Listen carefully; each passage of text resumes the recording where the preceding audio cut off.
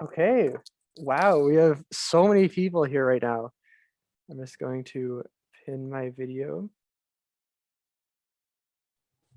Great, it's so awesome to see so many people here. I think this is a new record, 126 people. That is amazing. Okay, so hello, bonjour, Oki, Donna Nasada, Abba Washteth, and Bozu. Welcome to the Canadian Rockies Youth Summit. If you're just joining us now, this summit is a 3-day event hosted online. In the spirit of respect and truth, and we honor and acknowledge the Canmore area known as Chuwap Chin Chipchin Ku DB and the traditional Tree 7 territory and oral practices of the Iyarhe Nakota, comprised of the Bearspaw, Chiniki, and Wesley First Nations, as well as the Tsuut'ina First Nation and the Blackfoot Confederacy, comprised of the Siksika, Piikani, and Kainai. We acknowledge that this territory is home to the Métis Nation of Alberta, Region 3, with the historical Northwest Métis homeland. We acknowledge all nations who live, work, and play, and help us steward this land and honor and celebrate this territory. So that's our land acknowledgement. It's very important to do that before we start every, session in the honor of truth and reconciliation. So for everybody who's new here, I'm just going to give a quick overview of the summit.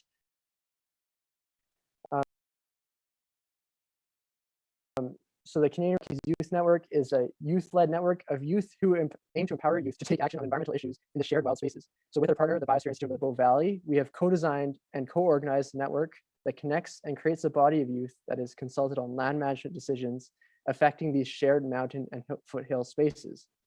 So the theme of this year's summit is turning hope into action. We hope that you take the knowledge that you gain from our workshops and its accompanying workshop series and use it to create positive action in your community. So a quick plug right now, if you are looking to create some action, you should head on over to our Instagram page or our website, CanadianRockiesYouthNetwork.org, or Instagram, Canadian Rockies Youth Network. And we have a take action contest going on right now. So you can kind of take action in many different forms and post it on Instagram, tagging us, and you'll be entered for a chance to win some really cool prizes, including a guided hike at the Lake Louise Ski Resort and lots of swag, toques, I think some gift cards. It's going to be really cool. So if you're doing any sort of action, make sure to post that and tag it on our Instagram page. So we have so many people right here. I might also really quickly plug our writers chat, which we have at 6 p.m. today. You should come to that. We're going to be talking with people from the White Museum, and that's going to be amazing. And one more thank you to all the speakers, partners, and collaborators who have helped make this summit a thing. Our biggest partners are the Biosphere Institute of the Bow Valley, and also a very generous grant from the Calgary Foundation and a sponsorship from the Assembly of First Nations have made this summit possible. So thank you to all of those organizations. So now I'm actually going to introduce the workshop. Today, we have the Old Man Watershed workshop.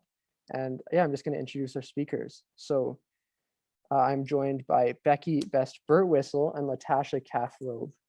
Becky is a conservation engagement coordinator at the Canadian Parks and Wilderness Society.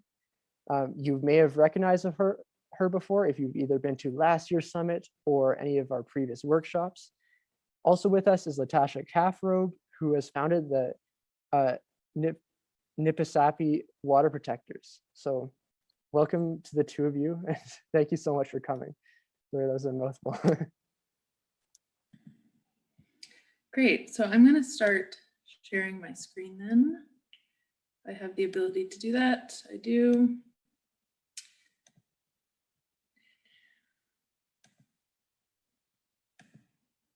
Great. Thanks so much for the introduction, Ben. I really appreciate that. Happy to be back. I just realized I have painter's tape on the wall behind me. That doesn't look great. Anyways, hi everybody. So I'm going to give a bit of an intro to what we're doing during this workshop. So I'm going to talk a bit and introduce the topic of coal in Alberta, which I'm sure lots of you have heard about. And then we're going to do a little 10-minute breakout exercise. The exercise is mic's optional, so you will be able to participate even if you don't want to unmute yourself. And then we're going to hear from Latasha, who's been doing amazing work about coal in Niitsitapi territory, which she's going to talk about later. So first, I want to intro a little bit about myself and the place that I come from. So this is a picture of me last August overlooking the coal mines that are around the Hinton area, which is where I grew up. I grew up in Jasper and Hinton. And I think a lot of us think that the coal issue just kicked off this year. You started hearing about coal only recently. But in these areas, which is like right on the border of Treaty 6 and Treaty 8, coal has been an issue for almost a century, I would say. And it's been kind of operating under the radar. But even though it's there, there's still negative consequences of that activity. For example, this week a story broke about bighorn sheep in the area having high levels of selenium that affected their reproduction rate. There was a major coal mine spill into the Athabasca River in Hinton as well in 2013. And expansions of the coal mining in that area has been threatening specifically the small boys community for decades at this point. So before we get into the coal conversation, I really just wanted to highlight that it's not a new problem. And I actually come from a place where it has been a problem for quite a while. So why are the eastern slopes, these areas where coal mines and coal mining happens, why are they important? They provide water for downstream communities, not only in Alberta, but all the way across the prairies. They're important foothills, grasslands, and montane forest ecosystems. They're habitat for a number of species at risk, including bull trout, west slope cutthroat trout, grizzly bears.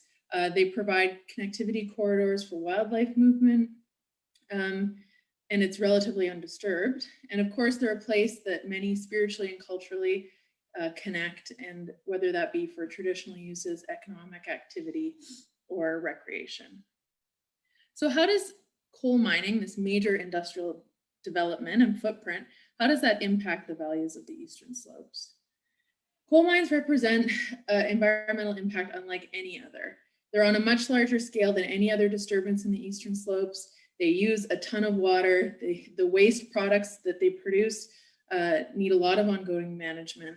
And although the planned mines in Southwest and Central Alberta, although these mines that we're talking about these days and the mines in my home area are mostly for coal that is used to make steel, not that's used for energy, there's still a significant amount of carbon emissions generated from these projects. They have a major climate impact. There's also health impacts when it comes to air quality and water quality for humans and wildlife.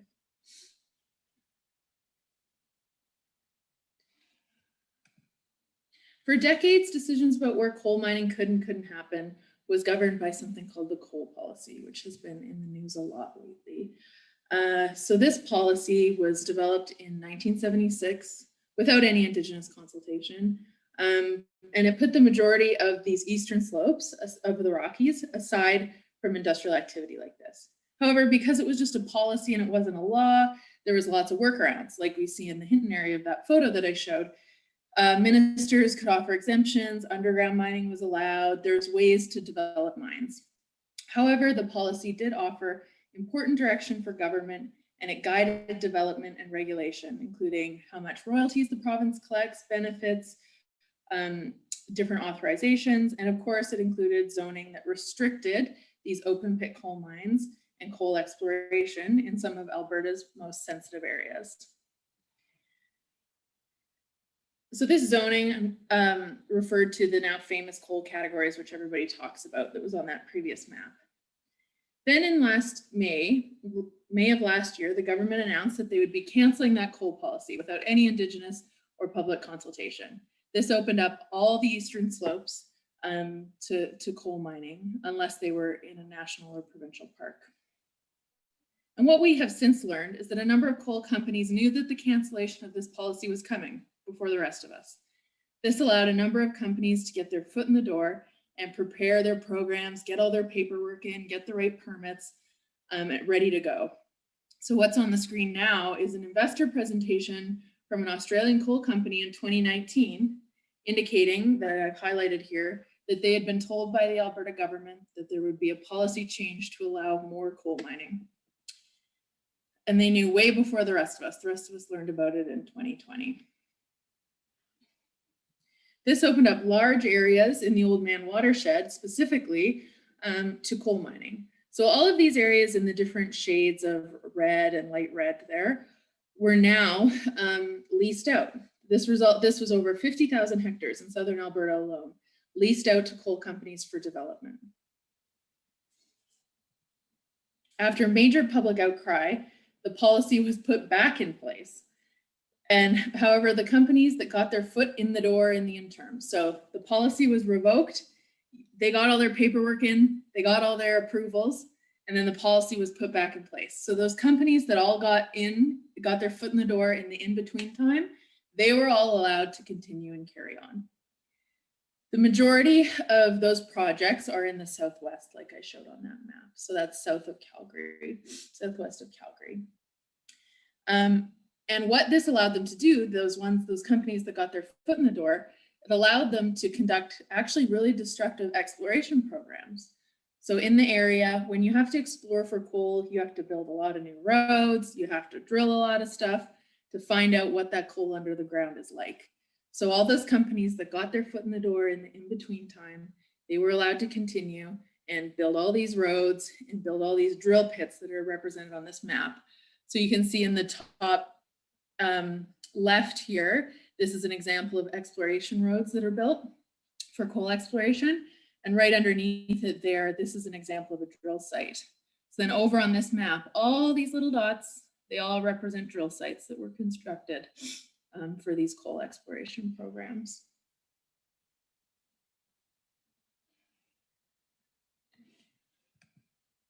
This is a zoom in of what that looks like. And this is because they have a lot of industrial activity going on in the eastern slopes. This is a sign you might see that says a certain area is closed because coal exploration is being undertaken. And regardless of the provincial coal policy that I talked about and different regulations, there were some projects that got their foot in the door even beforehand and were allowed to continue. So one example of this is the Grassy Mountain project, which is very far along in the approval process and could go ahead in the next couple of years at this point. And these are the two dark red projects. So there's on the dark red on that map, those are mines that could really be started mining in the next 2 years. The rest are a lot farther down the line. Currently, the government is conducting a consultation to develop what should replace their old coal policy. They'll have a recommendation sometime in November. However, what we need is not a new coal policy.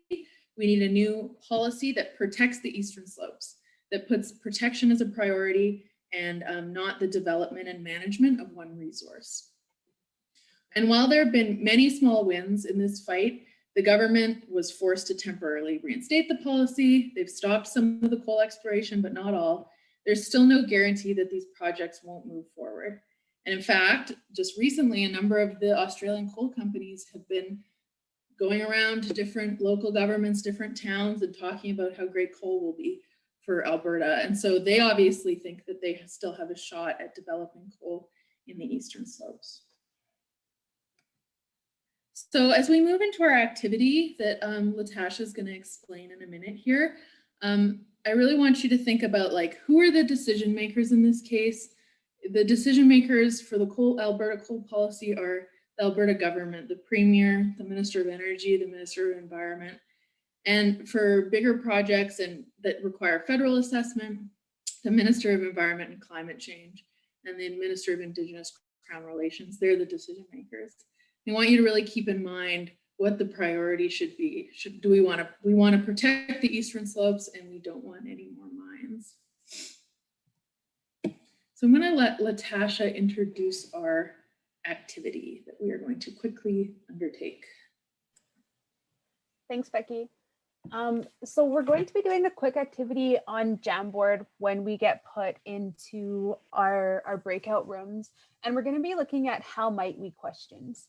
how might we questions are a really interesting tool to help inspire action in different areas. And so I'll introduce like why this is important a little bit later, but it is a really great tool, especially given that the overall theme of the summit is turning hope into action. And I'll talk a little bit more about things that I have turned into action when we come back from our breakout rooms.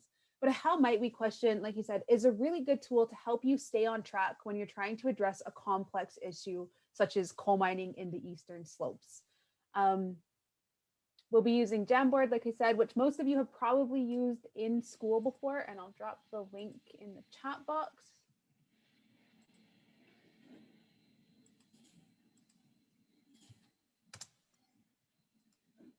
And so a how might we question is really important because oftentimes we want to do something when there's something happening that we care about and we think that some type of action should take place. But sometimes we need to take a step back and first identify where do we want to make action? What are we trying to take action against? And in order to figure out those questions, we need to ask, in order to figure out what to do, we need to ask the right question first to help get us into that space of addressing an issue. And so how might we question is that opportunity to further generate ideas to create action items that will hopefully impact an issue that you are concerned about. So examples of how might we questions should identify the issue that you're focusing on and should kind of narrow in the scope. Where are you trying to direct your action towards? Like Becky had mentioned earlier, there's a number of different decision makers when it comes to coal mining. And this is with any issue. Who's making the decisions? Who has the final say? Who do you need to convince? Who do you need to work with? How do you need to work with them? All those things are really important in identifying who, and then what type of action do you need to do in order to get to whatever your desired outcome is. So we'll break out into these rooms to go to work through this activity here. There'll be a moderator in each room. And we'll just kind of work through the sheet together. Like Becky mentioned, you don't have to unmute your mic if you don't want to. You can just kind of populate the Jamboard as you wish. And there'll be some kind of key questions there. So one, identifying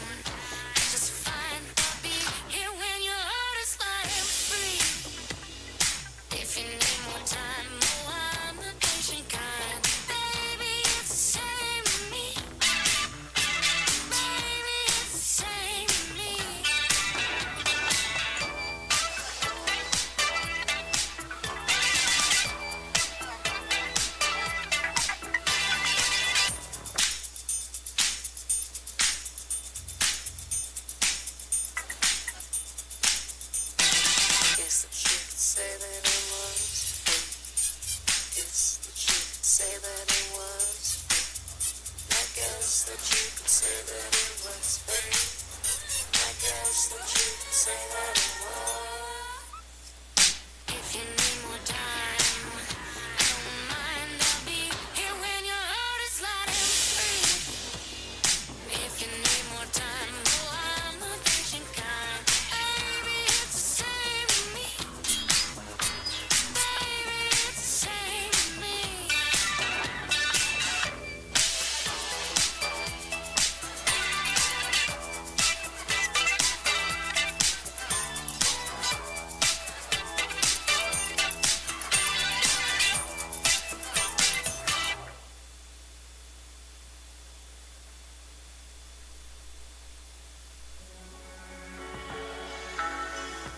I wish I could hold your grief in mine and just let you take the day.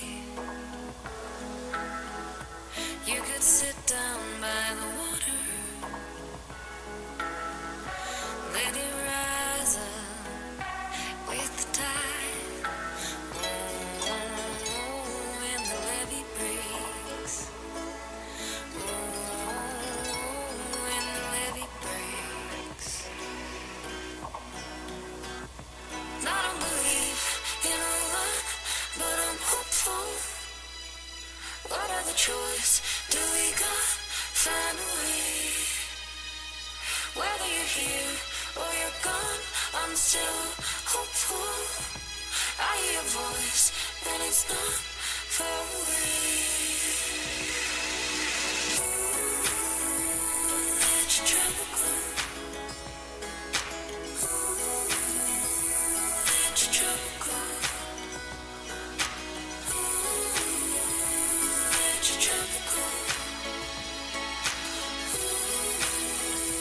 Let it go.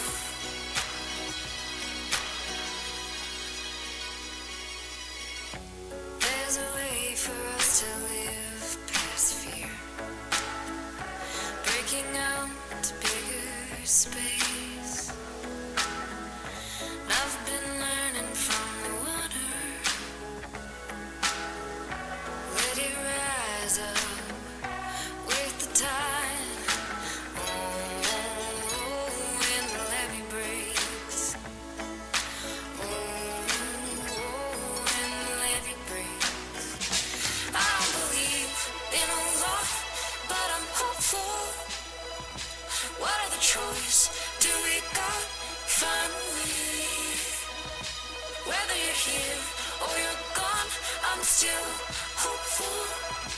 I hear your voice, and it's not far away. Ooh, let your trouble go. Ooh, let your trouble go. Ooh, let your trouble go. Let it go. I don't believe in a lot, but I'm hopeful. What other choice do we got? Find a way. Whether you're here or you're gone, I'm still hopeful. I hear your voice, and it's not far away. Ooh, let your trouble go. Ooh, let it go.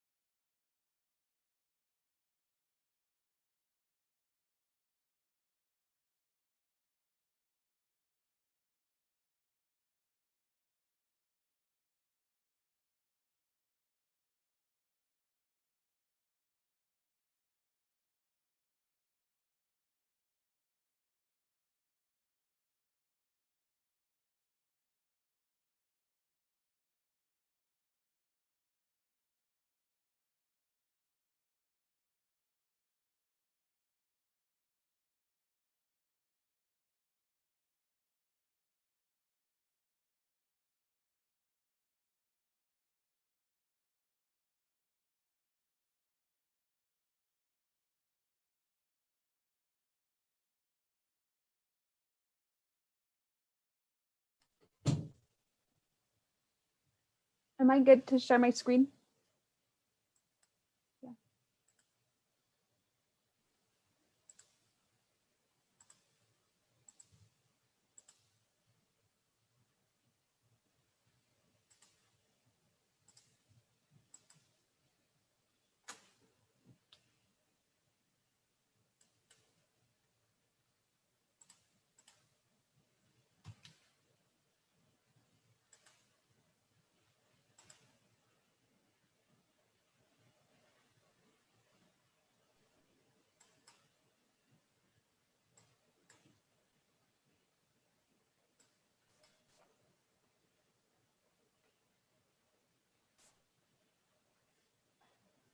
All right, are we good? Is everybody back here in the main room? I can't see. I believe so. Awesome. Thanks, Benjamin. Then I'll keep going and everyone can see my screen okay? Yes. Great. Well, I'll introduce myself. So, okay na sukwa, nasto honesta madumukumut Nin honesta gitogyapi, nixist honesta saksi sanaki, nox honesta agati ginapiaki. Hello, my name is Latasha Kafrobe. Becky introduced me a little bit earlier. I am a member of the Blood Tribe of Southern Alberta, which is within Treaty 7. And I am the founder of Nitsitapi Water Protectors. And I was invited to come and present to you today to talk about coal and kind of to share a little bit about my journey in being really active in the battle against coal. And so part of the reason that I had you develop How Might We questions is for a number of reasons that I'll get into. So firstly, like I said, I grew up on the Blood Reserve. So for anyone who doesn't know where that is, it's situated just right beside Lethbridge, actually. The Blood Reserve is actually one of the largest reserves is the largest reserve in Canada, and not so much on a membership base, but on land size. So I grew up right along the Rocky Mountains there. Where my family resides is actually right where the foothills meet the plains. And so the Rocky Mountains were right there behind my house. Some of the mountains that I grew up really closely by were Chief Mountain and the Watershed National Parks area, which is right beside where I grew up. That picture in the top right there is actually me and my siblings swimming in the Old Man River, which is one of the rivers that borders the Blood Tribe, and a place that is really special and important to not just me, but to all of the members of the Blackfoot Confederacy. So as Becky mentioned, and in the land acknowledgements that you've been hearing throughout the conference, majority, this area in Southern Alberta and lots of Alberta actually, all the way into Saskatchewan falls within the traditional territories of the Blackfoot Confederacy. So this is where the nations of the Blackfoot Confederacy, where they have occupied and stewarded since time immemorial and continue to reside on this land. Unfortunately, this is where the majority of the new proposed coal mine developments are. So you can see here, all of these little black dots on the one map are where there's multiple proposed projects, all by Australian-owned mining companies. And when Becky was talking about the coal policy earlier, lots of these projects are in areas that have never been disturbed before, and that are areas that are still used to this day for the practice of First Nations rights. So hunting, gathering, fishing, and really just practicing our traditional ways of life on the land. The impacts of mining are many, and it's really important to look at just how substantial these impacts will be and the even additional impacts it'll have on First Nations. So air and water quality is something that impacts us all. Loss of wildlife will be really detrimental to First Nations, as we do rely on those relationships with both animals and plants and medicines in the area that will be contaminated through coal. A decrease in livelihood. So the inability to continuously practice rights on the land, and health and wellness of our community as well. Selenium has been tied to long-term health impacts in humans. And I think safety is a really important one as well. Just last week was the awareness on missing and murdered Indigenous people. May 5th is a day of national awareness for missing and murdered Indigenous people. There is a high correlation between resource extraction projects such as coal or oil and gas and violence against First Nations people. This is usually due to man camps that are developed when resource extraction projects are underway. So there's multiple impacts that these projects will have on First Nations and on many Southern Albertans. Exploration, as Becky mentioned earlier, is an extremely invasive process. And through exploration, this is already limiting access to lands that First Nations have been able to use and should be able to use without permits or without having to get approval from mining companies. Because of the harsh exploration that has been going on, this is already causing disruption of animals, of waterways, and of, like I mentioned, access to lands. It's really important when we look at this stuff to look at it from a First Nations perspective and worldview. In our Blackfoot way, we believe that everything has a spirit and everything is living. The mountains and water are seen as animate beings. And I was recently reminded from an elder from the Begunny Nation about the importance of these areas, of the Old Man Watershed, and why in our traditional ways, we walk quietly and softly in these. Across these areas in Southern Alberta and into Saskatchewan, these areas are really important because they hold the stories of where we come from as Blackfoot people, our creation stories, Napi stories that I'm sure many of you have heard before or heard referenced, and the stories of where we got our language and how our people came to be are all tied to these areas such as the Eastern Slopes. Lots of the places that we still visit today and go to honor those connections with our ancestors are in these mountain areas. There's also the reference of rights, which Brooks may have touched on earlier, is that unfortunately mining will have severe impacts on First Nations rights and our ability to practice those traditional ways of life. Water is truly life. And this is kind of where Nitsitabi Water Protectors comes from, because I was really fortunate to grow up with my grandma. I was really fortunate to grow up in my community practicing ceremonies, hearing the language spoken, and hearing about the obligation that we have to the land and that obligation to protect it and uphold the spiritual integrity for many reasons. And to always leave the land better than how we found it, and to protect it so that our children and future generations can be provided the same sustenance from these areas as generations before us. So when we think about turning hope into action, sometimes it's a lot easier said than done. And Nitsitabi Water Protectors, we really did kind of come out of nowhere. And honestly, it started with just me. I only heard about mining in October, so it's only been about 6 months. And like many, I didn't know what to do. I started researching a lot, trying to figure out what was happening, and really quickly noticed that it was a really complex issue, that there was many moving pieces. There was a lot of stakeholders, that there was some things that needed to be addressed by the provincial government, other things the federal government, and then of course, where do First Nations governance fit into this? All of these really big questions.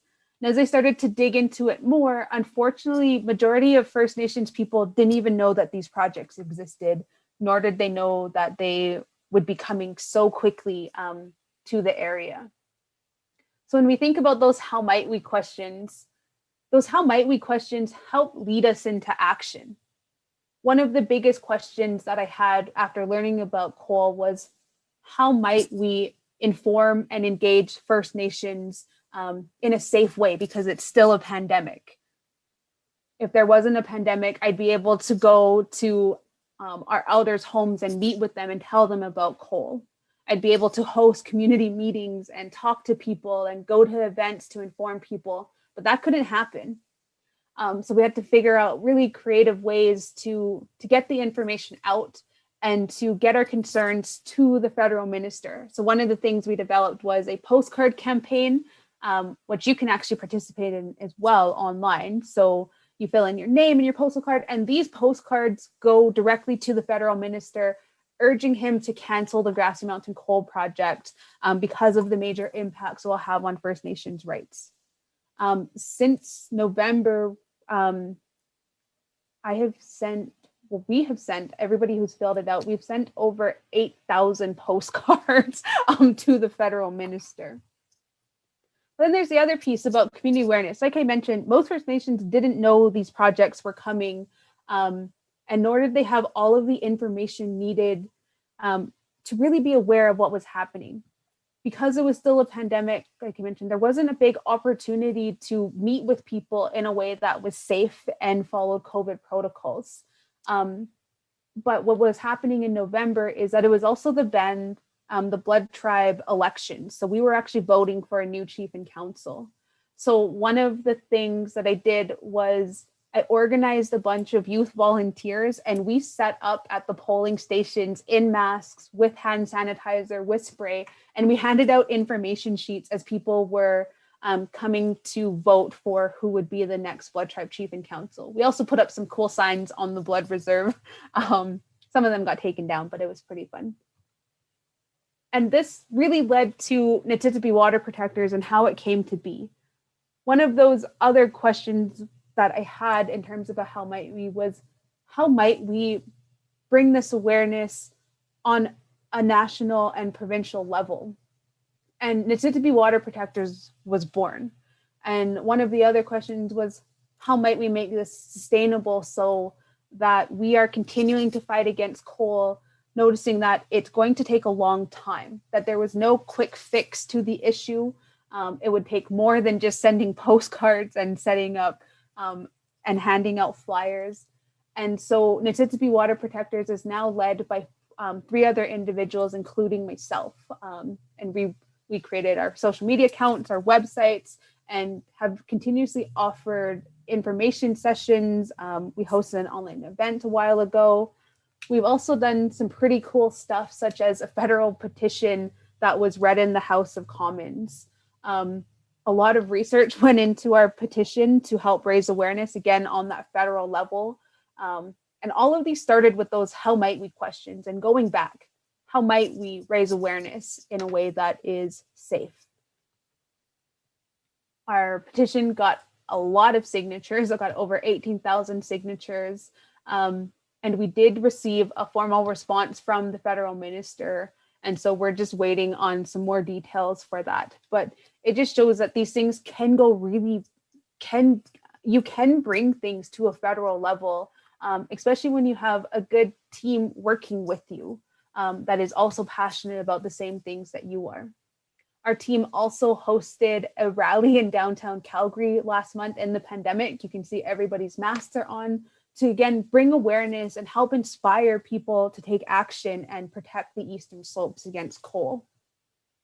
And so this is where you come in as well. You have a voice. You have the opportunity to make change. And you can do it as an individual. Some of the stuff that I did was as an individual. And then some of the stuff that Nititipi Water Protectors have done later has been as a collective. But it all starts with raising your voice. Some of the easiest things to do is to write or email some of those decision makers that Becky mentioned earlier. So emailing your MLA, emailing your chief and council, and just asking them those questions. Where do you stand on coal? How can we further protect the Eastern Slopes? What can we do together to ensure that this land is protected for our future generations? Asking those questions is really important, and telling them what your stance is. These are all really important points. So I'm going to call back Becky, and we'll just kind of answer any questions if anybody has any. Great, thank you so much. Yeah, Becky, I'll try to pin you as well here, but while I'm doing that, I have a question from Amanda, who said, I'm just wondering about the impact of a coal policy of the economics of small mining towns. How can we support them as well? Is this an issue? So I don't know who would like to answer that. I can talk about that because like I said at the beginning, I actually grew up in a small mining town. So I'm quite familiar with it.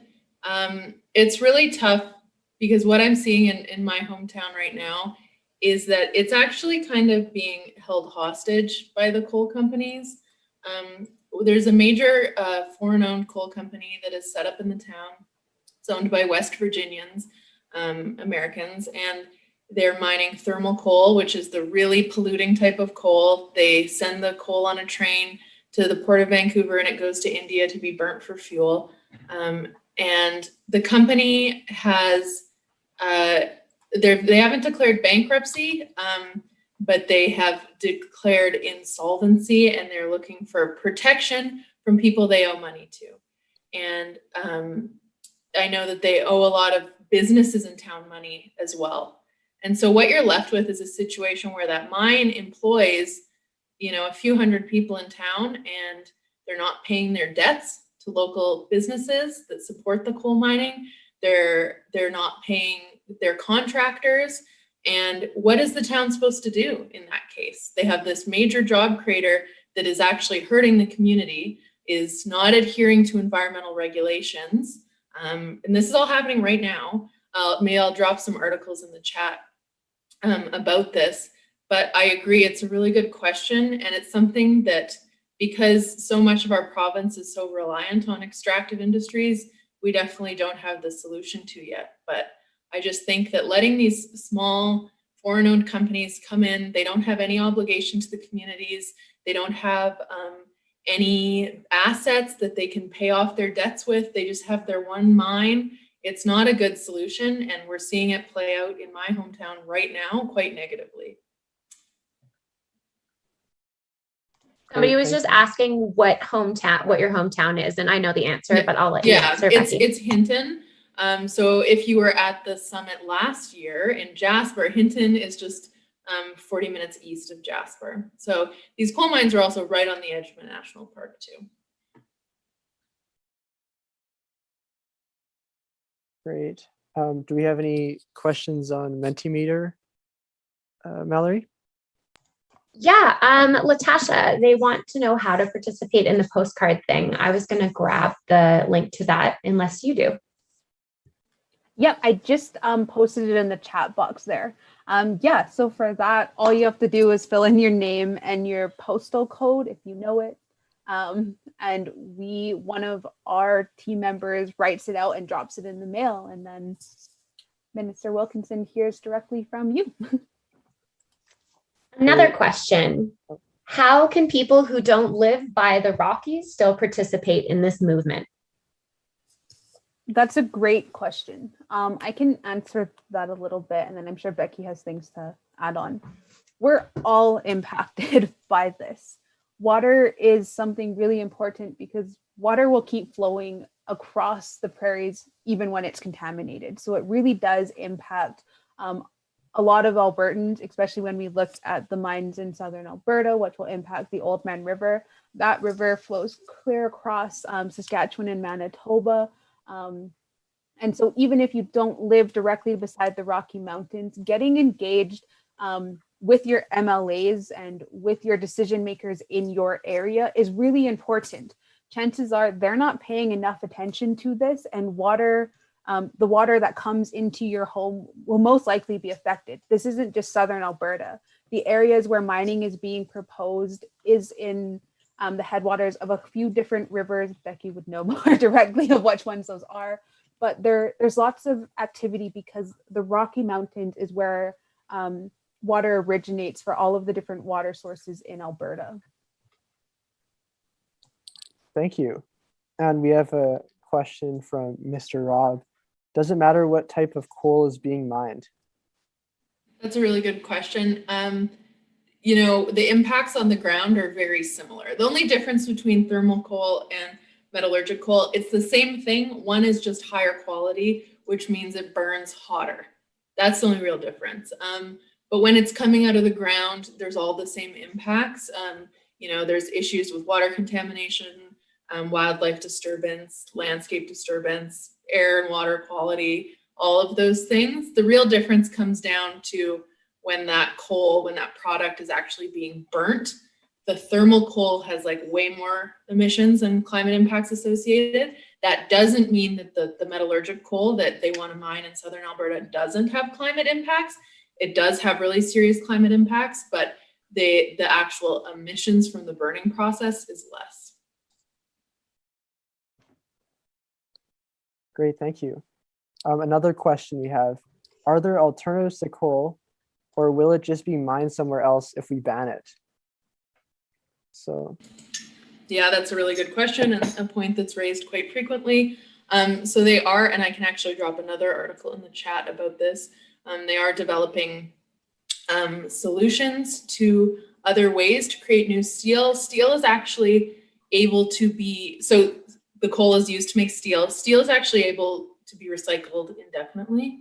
It doesn't lose any quality when you recycle it. So steel recycling is a major option here. And also the use of hydrogen to create that heat and reaction that's needed to create steel, that is being used as an alternative to coal. And we're seeing, like in countries like in Scandinavia and in Germany, they're starting to use hydrogen a lot more than coal for steel creation.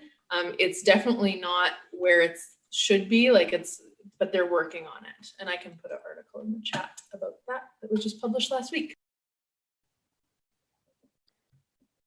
Okay, so it looks like that's about the time we have for today. So thank you again to Latasha and Becky for presenting about coal mining and watersheds. Is there anything else you'd like to add on before we move on to our next session? No? Okay. Yeah, just if you have some reactions in the chat, yeah, feel free to clap for Becky and Latasha. Thank you so much to the both of you for joining us. That was quite an amazing presentation. Great, so Thanks for having us. woohoo. Okay, so one more, yes, thank you. So now I'm going to pass it on to Thomas, who's sitting right next to me.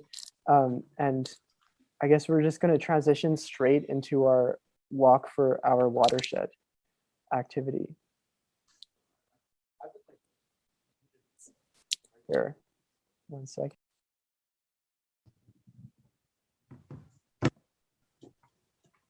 All right, awesome. Hi guys, I'm Thomas Maloney, a grade 11 student working on the project, and yeah, I'm going to be introducing Vicky Perkins. Vicky Perkins has been an outdoor educator for over 20 years. As the formal and environmental education coordinator within Alberta Parks and Kananaskis Country, she is dedicated to providing land-based learning experience